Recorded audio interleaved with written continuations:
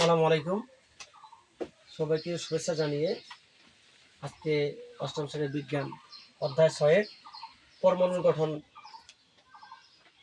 অধ্যায়ে আমাদের আজকে আলোচনার বিষয় হচ্ছে ইলেকট্রন বিন্যাস এবং মৌলের ধর্ম। এই দুটো বিষয় নিয়ে আমরা আলোচনা করব। আমরা ইলেকট্রন বিন্যাস সম্পর্কে জানিয়েছি গতকালকে। আজকে নতুন একটা টপিক আছে, সেটা হচ্ছে যে মৌলের ধর্ম। আসলে মৌলের ধর্ম বলতে কি বোঝে? আমরা জানি পর্যায় সারণীতে 118টি মৌলিক পদার্থ রয়েছে। এই মৌলিক পদার্থগুলো যদি তাদের বিশ্লেষণ করা যায়, তাদের বৈশিষ্ট্যগুলো দেখা যাবে যে কোনটি হচ্ছে কঠিন পদার্থ, কোনটি আবার তরল, কোনটি বায়বীয়, কোনোগুলি আবার রাসায়নিক বিক্রিয়ায় অংশগ্রহণ করে, আবার রাসায়নিক বিক্রিয়ায় অংশগ্রহণ করে না। মূলত হচ্ছে এগুলো হচ্ছে তাদের ধর্মের মধ্যে পড়ে। আবার ধাতু আছে, কেউ আবার অধাতু, আবার কেউ বিদ্যুৎ পরিবহন করে, আবার কেউ বিদ্যুৎ পরিবহন করে না, কেউ তাপ পরিবহন করে, আবার কেউ তাপ পরিবহন করে না। মূলত হচ্ছে ধর্মের মধ্যে এগুলাই পড়ে। তো আজকে আমরা সেই বিষয় নিয়ে আমরা আলোচনা করব। তো মৌলের ধর্ম কিসের উপর নির্ভর করবে? সাধারণত মৌলের ধর্ম নির্ভর করবে ইলেকট্রন বিন্যাসের উপর। ইলেকট্রন বিন্যাস আমরা একটু পর্যালোচনা করে দেখি। আমরা গতকালকে জেনেছি যে প্রথম শক্তি স্তরে কোনো বলে প্রথম শক্তি স্তরে সর্বোচ্চ ইলেকট্রন ধারণ ক্ষমতা, আমরা একটু লিখি রাখি। প্রথম শক্তি স্তরে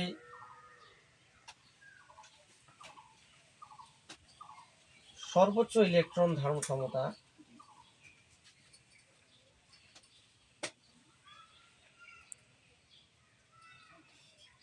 হচ্ছে 2। আচ্ছা, দ্বিতীয় শক্তি স্তরে সর্বোচ্চ ইলেকট্রন ধারণ ক্ষমতা হচ্ছে, আমরা কি পড়েছিলাম মনে আছে কি? 8টি। অনুভাবে তৃতীয় শক্তি স্তরে ইলেকট্রন ধারণ ক্ষমতা হচ্ছে 18টি। অনুভাবে চতুর্থ শক্তি স্তরে ইলেকট্রন ধারণ ক্ষমতা হচ্ছে আমাদের 32টি। তো এখন প্রশ্ন হচ্ছে, কোন মৌলের সর্ববহিষ্ঠ শক্তি স্তরে যদি সর্বোচ্চ ইলেকট্রন ধারণ ক্ষমতা যদি 2 থাকে, সেই 2টাই যদি পূর্ণ থাকে, তাহলে বলা হবে যে সেই মৌলটি হচ্ছে স্থিতিশীল পরমাণু। যাকে বলা হবে স্থিতিশীল মৌল, এবং সেটি কারোর সাথে কোনো রাসায়নিক বিক্রিয়া অংশগ্রহণ করবে না। অনুরূপভাবে যদি কোনো মৌলের সর্ববহিষ্ঠ মানে সবার বাইরের যে শক্তি স্তরটা থাকবে, সেখানে যদি ইলেকট্রন ধারণ ক্ষমতা যদি 8 হয় এবং 8টি যদি তার সর্ববহিষ্ঠ স্তরে থাকে, তাহলে সেটা হবে রাসায়নিকভাবে স্থিতিশীল, এবং সেই পরমাণুটি রাসায়নিক বিক্রিয়া কোনো অংশগ্রহণ করবে না। আমরা একটু উদাহরণের মাধ্যমে আমরা একটু ক্লিয়ার হব। যেমন হিলিয়াম একটি পরমাণু, যার পারমাণবিক সংখ্যা হচ্ছে 2। এর যদি আমরা ইলেকট্রন বিন্যাস আমরা লক্ষ্য করি,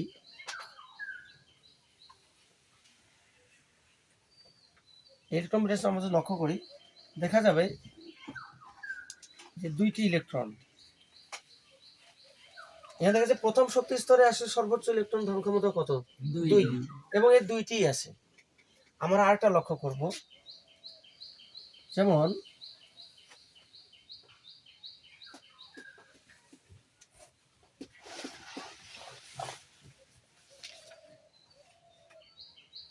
আমরা এটা করবো হচ্ছে নিয়নের হলো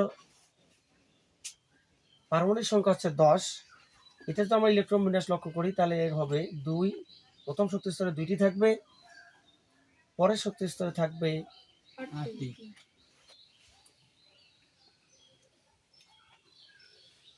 8টি থাকবে।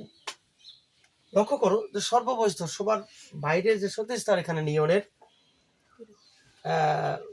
বাইরের শক্তি স্তরে কয়টি ইলেকট্রন আছে? 8টি। কিন্তু আমরা জানি দ্বিতীয় শক্তি স্তরে সর্বোচ্চ ইলেকট্রন ধারণ ক্ষমতা 8। সুতরাং 8টি তার এখানে পূর্ণ যদি থাকে, তাহলে এটা হচ্ছে রাসায়নিকভাবে স্থিতিশীল এবং কোনো রাসায়নিক বিক্রিয়ায় অংশগ্রহণ করবে না। এই জন্য এদেরকে বলা হয় নিষ্ক্রিয় গ্যাস, এদেরকে বলা হয় নিষ্ক্রিয় মৌল। অর্থাৎ এরা কোনো রাসায়নিকভাবে কোনো রাসায়নিক বিক্রিয়ায় অংশগ্রহণ করে না। এরকম হচ্ছে যদিও আগে ছিল 6টি মৌল, যেমন আমরা যেটা বলি যে হিলিয়াম, নিয়ন, আর্গন, জেনন, ক্রিপ্টন, রেডন, এরকম এই 6টি মৌলকে হচ্ছে নিষ্ক্রিয় মৌল বলে। এখন অবশ্য আরেকটি যোগ হয়েছে। তো আমরা এখন দেখব যে এই ইলেকট্রন বিন্যাসের উপর এর ধর্ম কিভাবে নির্ভর করে সেই বিষয়টা নিয়ে আমরা বিস্তারিত আলোচনা করব। তবে এই রাসায়নিক একটি কথা বলে রাখি যে নিষ্ক্রিয় মৌল যে কয়েকটি আছে প্রত্যেকটি হচ্ছে সর্ববহিষ্ঠ স্তরে 8টি করে ইলেকট্রন থাকে। অর্থাৎ বলা হচ্ছে কোনো মৌলের যে সর্ববহিষ্ঠ স্তরে যে 8টি ইলেকট্রন থাকে তাহলে সেই মৌলটাকে বলা হয় রাসায়নিকভাবে এটা স্থিতিশীল এবং কোনো রাসায়নিক বিক্রিয়া এটা অংশগ্রহণ করবে না, এবং অন্যান্য যতগুলো পরমাণু আছে এবং মৌল আছে সবাই এই ইলেকট্রন কাঠামোটা অর্জন করতে চায়। তো আমরা দেখবো ওরা কিভাবে অর্জন করতে পারে।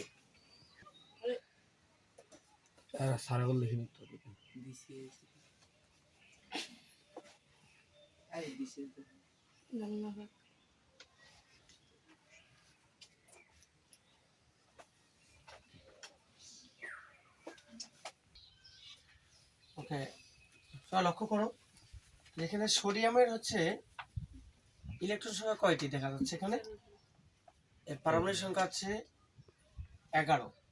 আমরা যদি প্রথম শক্তি স্তরে দেখি 2টি ইলেকট্রন, দ্বিতীয় শক্তি স্তরে হচ্ছে 8টি আছে, এবং সর্ববহিষ্ঠ তৃতীয় শক্তি স্তরে হচ্ছে কয়টি, 1টি আছে, মাত্র 1টি আছে।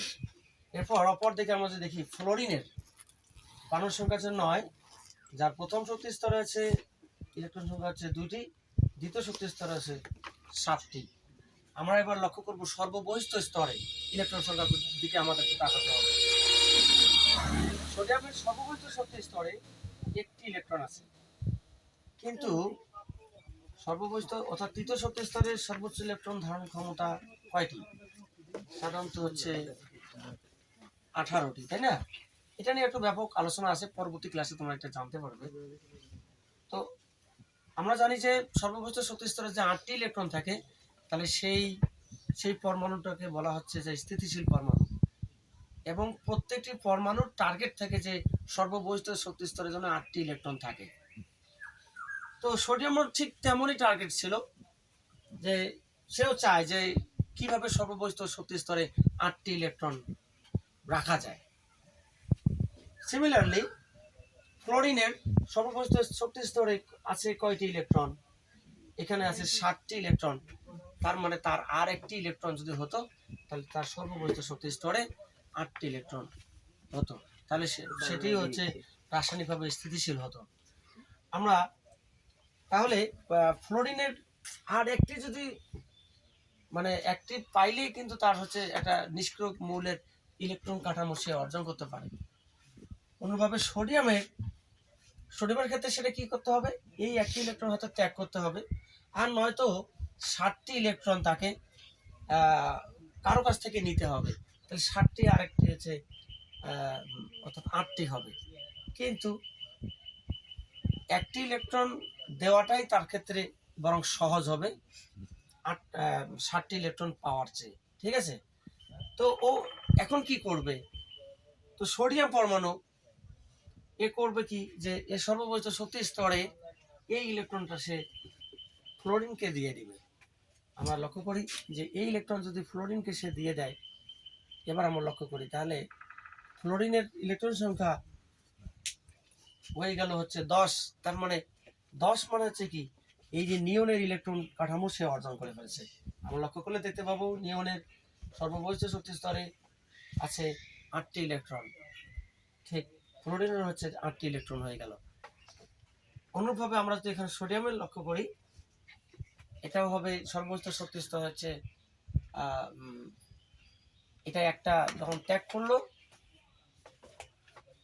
এর সর্বোচ্চ তখন আর স্তরটা এটা থাকলো না, সর্ববহিষ্ঠ শক্তি স্তরে তখন 8টি ইলেকট্রন হয়ে যাবে।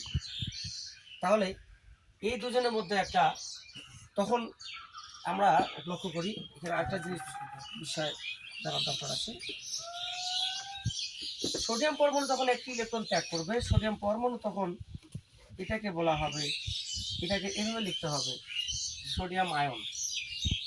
এটাকে তখন বলা হবে সোডিয়াম আয়ন। এই আয়নটা বলতে বোঝাচ্ছে এটা রাসায়নিকভাবে তখন কিন্তু স্থিতিশীল, এটাকে বলা হবে না। সোডিয়াম আয়ন এটা একটা ধনাত্মক চার্জ বিশিষ্ট, তার মানে বোঝাচ্ছে সোডিয়াম পরমাণু একটি ইলেকট্রন ত্যাগ করেছে। অপরদিকে ফ্লোরিন অবস্থা থেকে এমনটি হবে F মাইনাস, তার মানে হচ্ছে ফ্লোরিন মাইনাস বলে সে একটি ইলেকট্রন সে গ্রহণ করেছে। ঠিক আছে, তো ধনাত্মক চার্জ বিশিষ্ট কোনো পরমাণু বা মূলককে বা আয়নকে আমরা বলবো হচ্ছে ক্যাটায়ন। এটাকে তখন বলা হবে ক্যাটায়ন। কি চার্জ বিশিষ্ট? ধনাত্মক চার্জ বিশিষ্ট কোনো পরমাণু বা মূলককে তখন বলা হবে ক্যাটায়ন। সুতরাং সোডিয়াম আয়নটাকে আমরা বলবো হচ্ছে ক্যাটায়ন। এবং ফ্লোরিন যেহেতু একটি ইলেকট্রন সে গ্রহণ করেছে, ঋণাত্মক চার্জ বিশিষ্ট, ঋণাত্মক আধান বিশিষ্ট কোনো পরমাণু বা মূলককে আমরা বলবো অ্যানায়ন, অর্থাৎ ফ্লোরিন এখানে অ্যানায়ন। এক্ষেত্রে দেখা যাচ্ছে যে সোডিয়াম পরমাণু একটি ইলেকট্রন ত্যাগ করেছে এবং ফ্লোরিন একটি ইলেকট্রন গ্রহণ করেছে। এর ফলে এদের একটি বন্ধন গঠিত হবে। এদের দুটি পরমাণুর মধ্যে একটি বন্ধন গঠিত হবে। সেই বন্ধনটাকে বলা হবে আয়নিক বন্ধন। তোমরা তো কেবল ক্লাস 8-এ পড়তেছো, ক্লাস 9-এ গেলে তোমরা এই সম্পর্কে বিস্তারিত জানতে পারবে। এই মুহূর্তে এত কিছু বলাও সম্ভব হবে না। হ্যাঁ, বললে হয়তো তোমাদের প্রেশার বেড়ে যাবে আর কি, বিষয়টা আছে এমন। তো এই যে তাহলে আমরা একটা জিনিস জেনে রাখা ভালো, এটা হচ্ছে আয়নিক বন্ধন। এই বন্ধনটার নাম হচ্ছে আয়নিক বন্ধন। যে আয়নিক বন্ধনটা হচ্ছে যে সোডিয়াম এবং হচ্ছে ফ্লোরিন, এই দুটির মাধ্যমে, অর্থাৎ ক্যাটায়ন এবং অ্যানায়ন দুইটা মিলে রাসায়নিক বিক্রিয়ার মাধ্যমে একটি নতুন যৌগ গঠিত হবে। সেই যৌগটির নাম হচ্ছে সোডিয়াম ফ্লোরাইড। এটা তো আমরা দেখতে পাচ্ছি যে সোডিয়াম আয়ন এটা একটা হচ্ছে ক্যাটায়ন এবং ফ্লোরাইড আয়ন সেটা হচ্ছে একটা অ্যানায়ন। এই ক্যাটায়ন এবং অ্যানায়ন দুইটার মধ্যে রাসায়নিক বিক্রিয়া করে নতুন একটি যৌগ গঠিত হবে। সেই যৌগটির নাম হচ্ছে সোডিয়াম ফ্লোরাইড। আমরা অন্যভাবে খেয়াল করতে পারি, এখানে ফ্লোরিনের জায়গায় আমরা যদি ক্লোরিন দিতাম এখানে, তাহলে ক্লোরিনের হচ্ছে পারমাণবিক সংখ্যা হচ্ছে 17। ওর যদি ইলেকট্রন দেখি যে বাইরের শক্তি স্তরে ওরও থাকবে ঠিক 7টি ইলেকট্রন। ওরও যদি নিষ্ক্রিয় মৌল আর্গনের ইলেকট্রন কাঠামো অর্জন করতে চায়, তাহলে তারও কিন্তু আর একটি ইলেকট্রন প্রয়োজন হবে। সেক্ষেত্রে সে সোডিয়াম পরমাণু থেকে একটি ইলেকট্রন গ্রহণ করবে। এর ফলে সোডিয়াম আয়ন এবং হচ্ছে ক্লোরাইড আয়ন দুজনে বিক্রিয়া করে নতুন একটি যৌগ গঠিত হবে সোডিয়াম ক্লোরাইড। সেটি হচ্ছে আয়নিক বন্ধনের মধ্যে পড়ে। তো সুতরাং আয়নিক বন্ধন আমরা যদি সংজ্ঞায় আসে আমরা কি বলবো, যে বন্ধন